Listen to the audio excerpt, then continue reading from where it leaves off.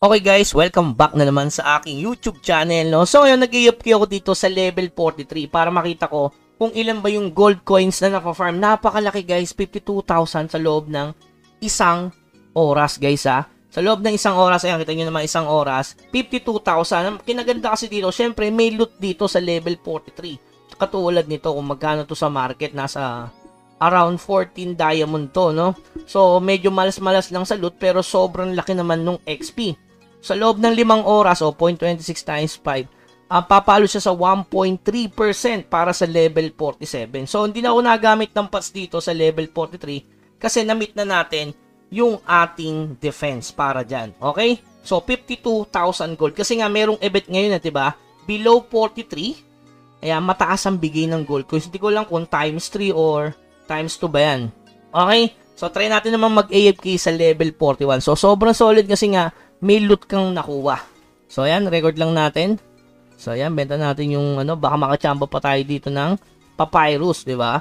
So, ayan, magkano yung napulot dito na ganito? Yung nakadalawa tayo, di ba? Ay, 8 diamond na lang pala siya.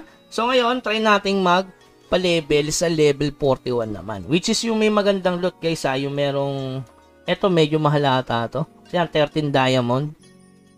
Tapos, tingin natin dito. So, ayan, 11 or 12 diamond. Yung isa, so, sa Pilgrim, ala ko, maganda to eh.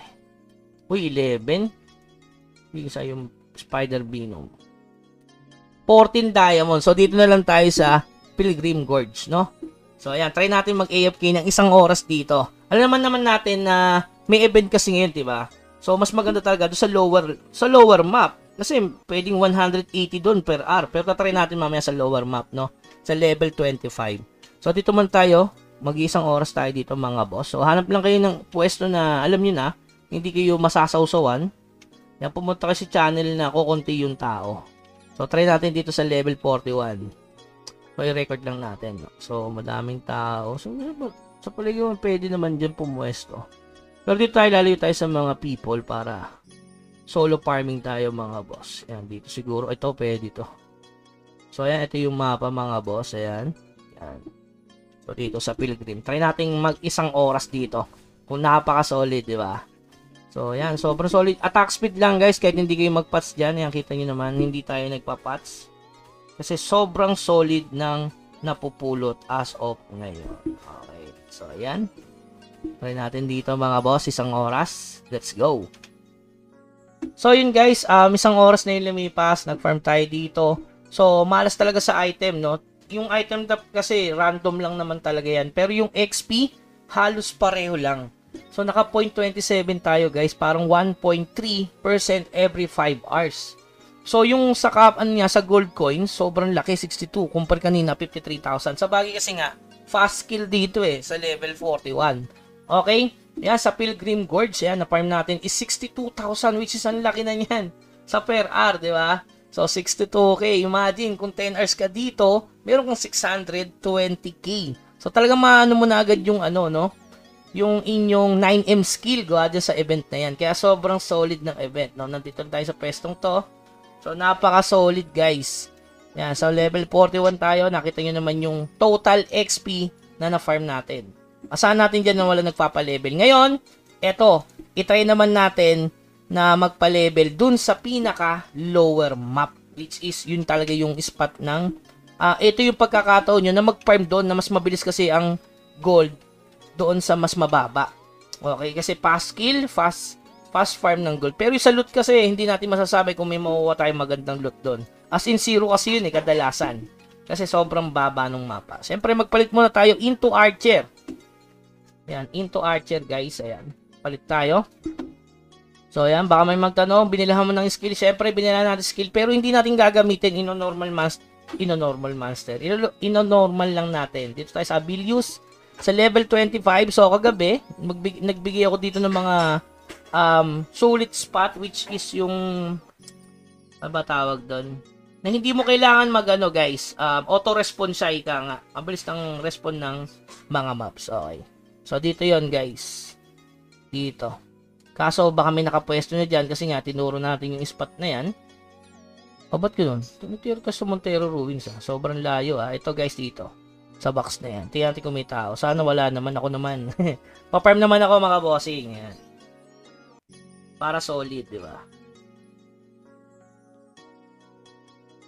Yan. Tingnan natin mga boss. Ayun, dami nagpapalevel mga boss. Ayun, no? So, tingnan natin kung may nakapwesto doon, no? Yan. Dito tayo mga boss. Ayan. Kaya solid talaga yung ano, no? Yung event nila ngayon. Talagang walang tapon. Sobrang ano, F2P friendly. Lalo na yung sa gold farm na ginawa nila. So, yan. Nandito pa rin si Lovely Girl. Nandito pa si Freaky Eyes. Ayan, nasa spot natin. Wala nang tayuan kasi dito guys eh. Walang alisan, no? Tingnan natin sa tree kung may tao din. So, ayan guys. Walang tao dito. Ayan, sakto. Dito tayo po pwesto mga boss. Ayan. 1 oras. Simulan na natin. Ayan, 2 hits yan guys ha. 2 hits mobs. So, siguro pwede natin kunin yung isang passive natin na mindset. Ayan. Okay. Okay, simulan na natin. 1 oras ulit dito. Ito yung mapa guys. Ayan. Fast respawn yan. Ayan. Para sa inyo yung spot na yan. Napaka lupit ng spot na yan. Titingnan natin sa loob ng 1 oras. Let's go. So yun guys. 1 hour na tayo. Nakita nyo naman almost 170,000 sa loob ng 1 oras. Kung i-divide nyo yun sa 60 minutes, almost 2,800. No? 2,800 na gold coins per minute. Sobrang laki na nun guys. Ayan o. Sa 1 hour, imagine 170k. So, kung ita-times nyo yan sa 24 hours, pero di naman natin gagawin yun eh. Sample lang to. So, aabot siya ng 4 million gold coins. Ganyan kalupit talaga yung event. So, yung pwesto natin dito pa rin, kung walang kaagaw, yan. Hindi yan aalis guys, no? Dun sa pwesto natin. Sabi ko nga sa inyo, yan. Naka-stack lang siya dyan. Kasi nga, ito yung tinatawag na fast respawn na monster. Yan, napaka-solid yung pwesto na yan. Kung gusto nyo talaga magka 9M skill, ito na yung time, no? Kasi 7 days lang yan, guys. 6 days na lang. Hanggang ano na lang siya, April 23. So, yan, hanggang April 23 na lang siya, guys. After mag-maintenance, wala na. Wala na yung times 3 dyan sa farming dito sa 3T. So, sobrang solid. Pero try nyo pa rin, guys, dito sa Bastion. Kasi hindi siya archer eh. Ito lang yung pinaka-limit ko as twin sword. Kasi nga yung crit natin is pure strength. Kung dexterity type sana yan, kung talagang archer, baka dito mag-farm sa Bastion. Which is mas good kasi nga, meron siyang drop eh. Dito, sa 32. Dito sa kay Kolya. Ba't kay Kolya boss? Kasi may Silenus Elder dito eh. Mahal to guys. Ayan 300 diamond. Tsaka yung, itong Null Soldier na to. Ayan, may 300 din. Tapos, meron pa tong, ayan, mga loot. Tsaka ito, mahal din to, guys. Ayan. Kung hindi nyo kayang i-2 hits dyan, pwede din dun kayo sa abandon lot. Ito kasi may drop tong, meat. Ayan, rabbit meat. So, pambenta rin, guys. So, 12 diamond. May diamond ka na, meron ka pang gold coin. I-try nyo na lang, guys. Kasi sa akin, hindi ko 2 hits yan eh. So, dito na lang ako sa 2 hits. Okay? So, kung mas malakas yung weapon ko sana siguro, kung rare yung gamit ko na bow, siguro pwede doon, solid doon. Try nyo mag-1 hour doon, tapos i-comment nyo na lang sa baba kung ilan ba yung pinaka-max doon. Kung umabot din ba ng 170k or mas mataas, guys. Siyempre, mataas ang level nun. Expected natin, nasa 200k yun per hour. Yan, okay. So, yan na yung natin, gold farming. Ayan, kita nyo naman, nasa 6 million na. 3 million na lang. Siguro, i-FK ko muna dito mga 4 to 5 hours bago tayo magsimula sa main quest. Guys, gawin nyo muna yung order, guild order, tapos yung main quest, napakahalaga nyo, gawa ng contribution coin bago kayo mag-AFK. Tapusin nyo muna yung mga dungeon, ayan, patulad ng Land of Prosperity.